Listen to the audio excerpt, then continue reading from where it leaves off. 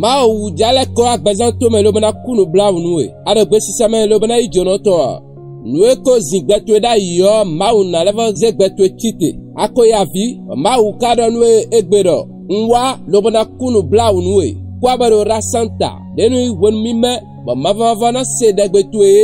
na anu Zacharie chapitre 1 verset 16 et yulando eneo uwa yen ma wu mavamavo nubi upeto dodidowe do una leko wa Jerusalem bona de khomeyo chekhle enava siseho chegba bona va toho do ayi ami wela binuo ma uno do ho vivere nu togunton ahe ara se ho lo mana mo kunu jamea me sela wa no gbe wenu ndede ba eno leko wonu wasu ma ujan leko wa gbezanto me lobona de khomeyo to khalawi lobona kunu bla wonwe wiwai go khoe jiwa mau eja chite lobona wa zoda hode go khoe komu ba mau jales ba yoyo to gbezanto yawe sabaot ewa yin koton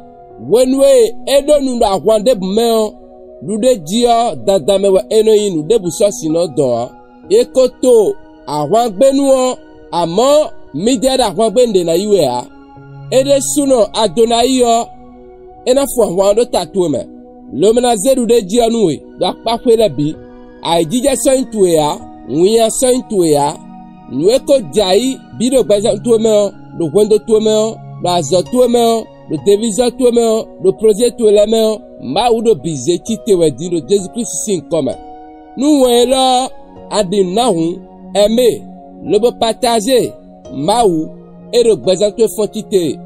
dans le période de vodiwe nous akole do mi kusa sin mo nele o ponu mo ko to le ko gbera lo nu yo ena patiawe ponu mo ko to le o anale mo lo ble mo hugamo do wonu osu maou jade ko menye to khlewe lo mena kunu bla onu we ze wonu vivelo bo le ko a maougon lo maou le ko a gontoe commenter bon là je reviens nous c'est le maou yowe bo jawe gontoe yo do wonu to su bena de ko menye to khlewe abonné wede nu ora santasi pazelo ba hombe tegbe na se de ko le nko ton le gbesanto bena wa dagbe nu bo partager à nos autres de Jésus Christ sin comme mi ko dede